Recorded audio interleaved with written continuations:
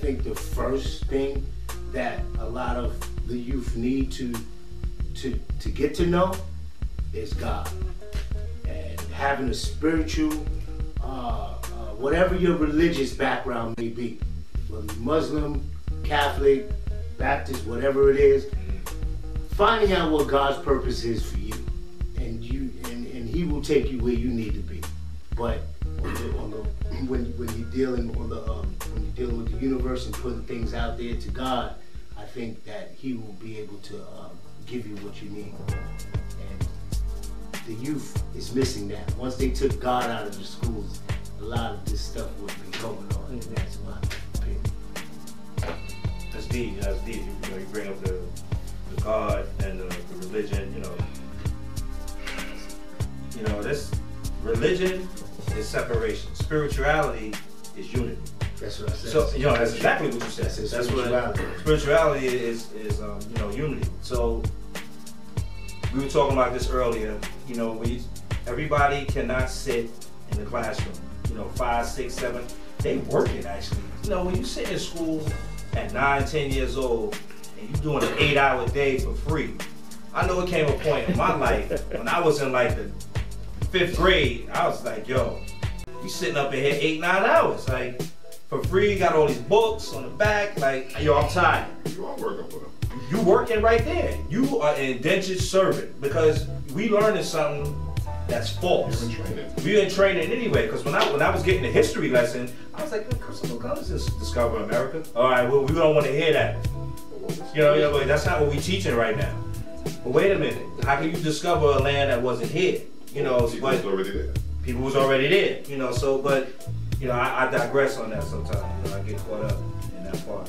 But there are other things that you could do besides sit in school. Like you said, if you want to be a mechanic, I respect mechanics. I respect plumbers, electricians, people that build homes, people that do the floors, people that put up walls. Because you know what? I know we work out here in this superficial world. We want material things. Somebody got to build that. Mm-hmm. And sometimes the people who are building these things, their training is not sitting in some classroom learning something that they don't need. They sitting in a room learning what they need to learn so your life can be better, so my life can be better.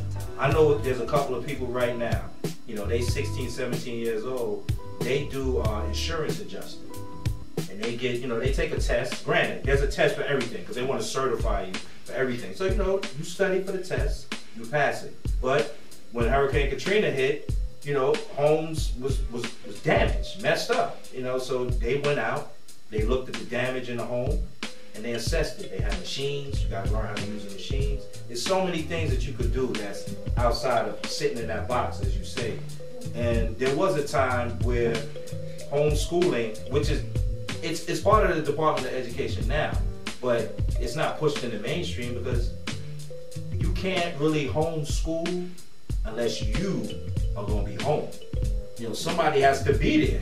And the way that society is set up economically, I remember when we used to walk around with the keys on our neck, we had some independence. Latchkey kids. So the parents was out, they was working, they put the responsibility on us to, I don't want you with no company, don't be having nobody in my house while I'm not here, my food. Like, it was a whole bunch of rules, but then now as an adult, I really do understand it. That's something I can pass down. I also learned about training your mind, reading things that interest you. Because if I'm sitting in a classroom and I'm like this, and they talking about stuff that I know my mother or father or whoever, my brother, they was telling me that they gave me the information, and I know that that's not true. I'm gonna get frustrated in school. Like, what am I doing here? So where do I go? Outside of the school, wherever that's gonna be. A game room. I know they killed the game rooms in New York City because we used to be up in there all the time. All the time. Couldn't beat me. Pac-Man. Pac-Man, Donkey Kong. Just kept us out of trouble too. The activities. You gotta look at that whole system. Took away the community centers. You used to have somewhere to go, talk with people, and now that's the first thing that they cut: community programs. And who need the community? Who need the community more than us? Because everybody got a community. I go in Brooklyn, they got a Chinatown. The Jews got their section. The Russians got their section. Everybody. Arabs got their section. Everybody got a section except for us.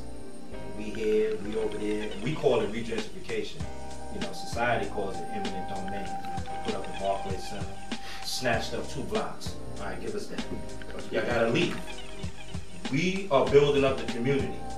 You know, the state would say that. So the people who are deemed undesirable or you can't afford where you live anyway, we're gonna price you out. We're gonna raise the rent because you rent. You don't own. So you gotta go. And even with ownership, there's a clause in the contract that you sign. Lawyers don't harp on it, but it's about eminent domain. That if the government feels they need your property, they can take it from you. Absolutely. That's because when you buy a house, your contract is like this thick. That's why it's very important you have a lawyer. You know, but a lot of times we don't know what questions to ask.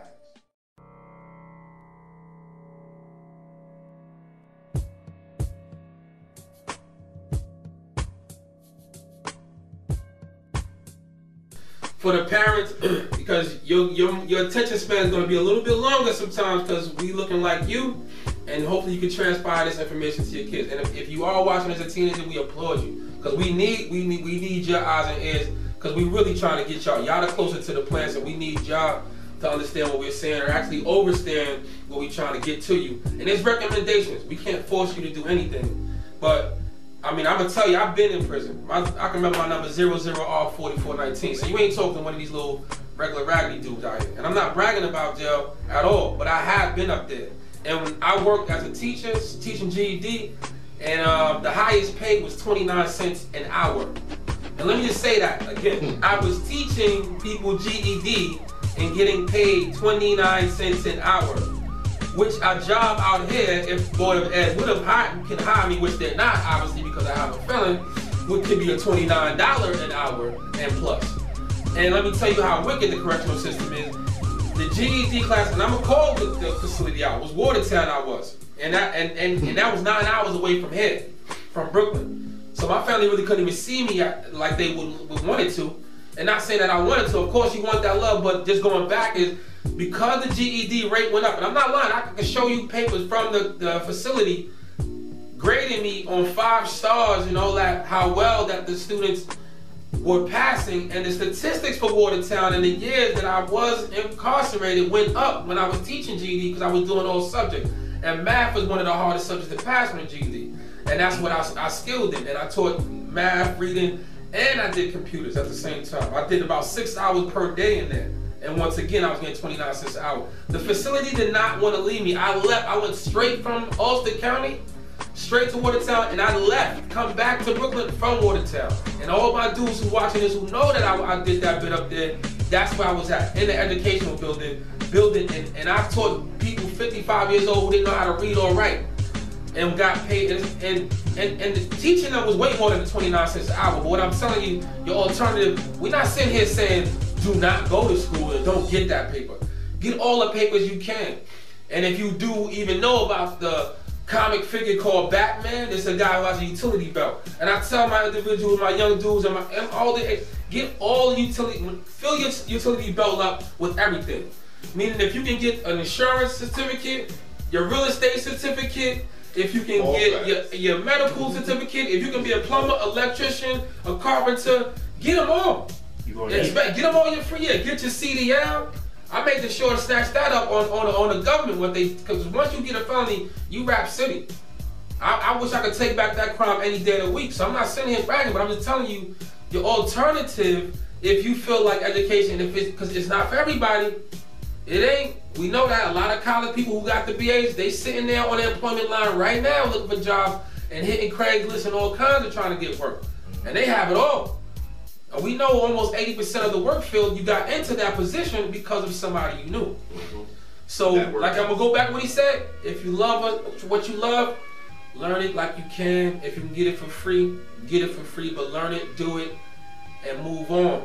But you have to get a skill to pay the bills, legally. If you go the illegal route and you think you don't have to work, it's mandatory in prison that you work. The old joke used to be you doing license plates. They don't have you doing license plates no more. Maybe in some one facility, yeah, possibly. But you're gonna do something. You're gonna clean up the officer's bathroom. You're gonna clean up some kind of floor, you're gonna mop something, you're gonna be feeding people in the cafeteria.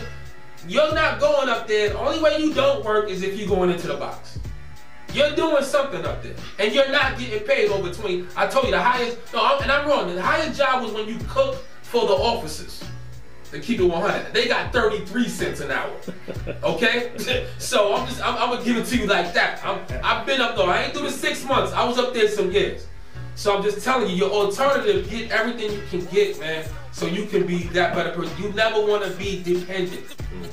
If you a man, you want the ladies to love you. They don't like no broke person. And a woman, men at this time, since we outnumbered, we don't like a broke woman. And for us to be a family, it ain't no more one person holding it down anymore. That's true. It's now you seeing kids living with their parents now, and they 30 and 40 because it's that hard, right? Economic it went backwards for us.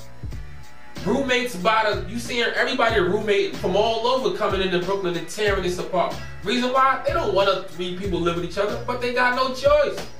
If apartment is $3,000, which is a $3,000 apartment in my building right now, you can bet your ass it's 4 people downstairs paying that rent.